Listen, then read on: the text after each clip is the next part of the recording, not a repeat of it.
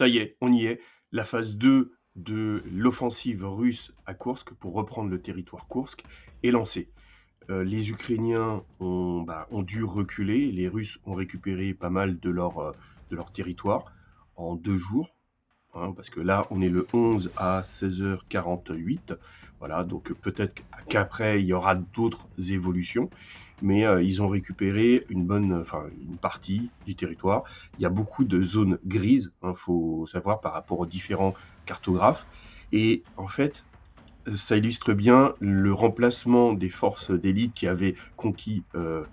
avaient lancé leur incursion à Koursk par le changement, par des réservistes, des forces de défense qui sont pas aussi expérimentées que celles qui étaient là au tout début. Voilà, c'est pour simplifier que je vous dis ça. Et lorsque les Ukrainiens nous disent qu'il y a plus de 20, 30, 40, 50 000 hommes pour l'incursion à Koursk, on voit bien que c'est faux, c'est pas possible. On y va tout de suite. Donc voilà pour la première carte. Là, je vais vous montrer les différents. Cette carte a été mise à jour le 11 octobre, il y a 2 heures. Là, vous pourrez voir les différentes vidéos de ces confrontations. Donc, je vous les mettrai en même temps. Vous pouvez les voir ici. Alors, là, en fait, les Russes sont partis. Il y a un axe que vous devez retenir. C'est l'axe Korenovo-Soudja. Voilà.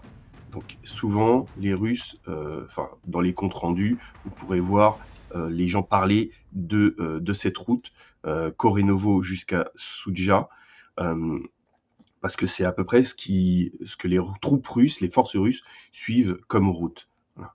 Donc c'est ici que vous avez dû voir, pour certains, l'altercation entre un blindé ukrainien qui a tiré, et ensuite il y a il me semble que c'est des BMP russes qui lui foncent dessus et il recule. On n'a pas la fin de la vidéo, mais bon, voilà, je vous mettrai la vidéo en même temps. Voilà, donc c'était au niveau de Zeleny Shliak. Ensuite, on peut voir ici, ce que vous voyez, c'est la zone grise. Là, c'est une zone grise. On ne peut pas l'attribuer aux Russes ni aux Ukrainiens pour l'instant. On attend d'avoir plus d'éléments. Là, sur Lubimovka, il y avait des comptes rendus russes qui disaient qu'ils avaient capturé la ville. Là, ils ont sécurisé une partie de la ville. Il reste encore beaucoup à faire. Dans cette zone ici, il y avait 2 colonnes qui partaient, il me semble, de Snagost. Attendez, je regarde. Qui partaient de Snagost, ici.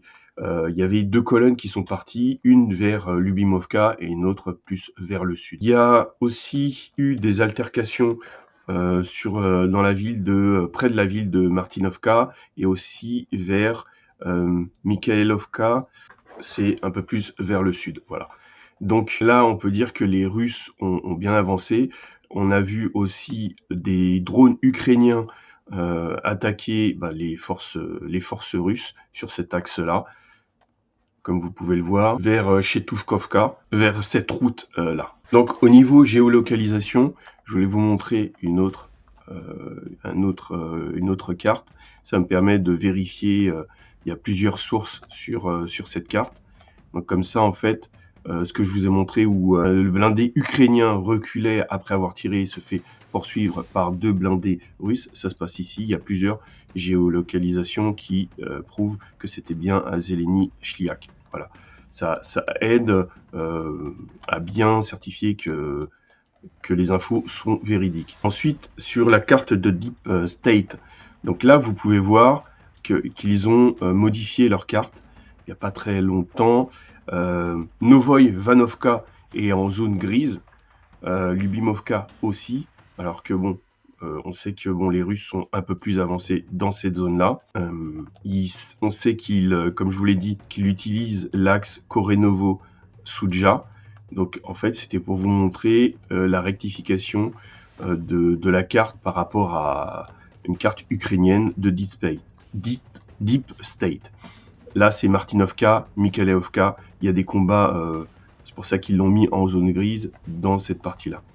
Je vais vous montrer aussi la carte de Noël Report, où là, on voit mieux en fait le gain territorial des Russes, ici, vous pouvez le voir. Je sais pas si on le voit bien. Oui, on le voit bien. Regardez, on va mettre une petite couleur. Voilà, c'est non, c'est cette zone-là. Vous voyez, ici, voilà. Pour eux, ça appartient aux Russes. Cette zone-là là, est en gris. Pour l'axe d'attaque, je vais vous montrer la route Korenovo, ici, vers Soudja. Hein. Voilà, donc c'est cette route-là que les Russes utilisent comme axe. Leur avancée se fait dans ce sens-là. Ici, on peut voir qu'ils ont attaqué sur cet axe-là. Et comme je vous l'ai dit tout à l'heure, il y avait aussi sur Martinovka, Mikhaïlovka. Voilà. Là, contrairement à ce qu'il montre, j'ai pas là, bon, ça n'a pas dû être modifié, mais j'ai pas vu de contre-attaque ukrainienne. Toujours une carte ukrainienne pour voir, voilà, ils mettent les deux axes, donc les deux convois qui se sont séparés, comme je vous l'ai dit. Il y en avait un qui partait vers Lubimovka et puis un autre vers le sud. Là, bah, eux, ils confirment ce que je vous disais. Ce qui est bien sur cette carte-là, c'est que ils indiquent que c'est bien la 155e brigade d'infanterie navale qui mène le combat à ce niveau-là. Et là, vous pouvez voir que ils ont rajouté beaucoup plus de zones grises, mais l'axe y est toujours, comme je vous l'ai montré ici. Vous pouvez le voir. Voilà. Ce qui m'intéresse, c'est l'évolution vers Martinovka, Mikhaïlovka, pour voir si ça bouge par la suite. Je voulais vous montrer aussi cette carte. Donc là, c'est un autre cartographe qui le fait. Malheureusement, bon, il y a beaucoup d'avancées russes. Vous pouvez le voir hein, vers Obukovka, Lyubimovka. Là, pour lui, Lyubimovka est complètement aux mains des Russes. Toute cette zone-là est russe. Voilà, attendez, je vous montre. Voilà, toute cette zone-là, pour lui, est russe. Voilà. Ce qu'il y a, c'est que pour moi, il vaudrait mieux mettre cela en zone grise, parce qu'on ne sait pas exactement, vu qu'il y a encore des Ukrainiens dans cette zone-là, c'est ce qu'il y a de mieux. Ensuite, il me semble qu'il a montré qu'il y avait, voilà, là, il y avait une avancée des Russes vers Martinovka, ce qui est symbolisé ici, bien que pour moi, c'est toujours une zone grise, mais il y a bien eu une avancée russe dans cette zone-là, ainsi que vers Mikhaïlovka. Enfin, ça, il l'a noté, lui, au moins, ça a été fait. Donc, vers Martinovka, vous pouvez le voir là, ici, et Mikhaïlovka.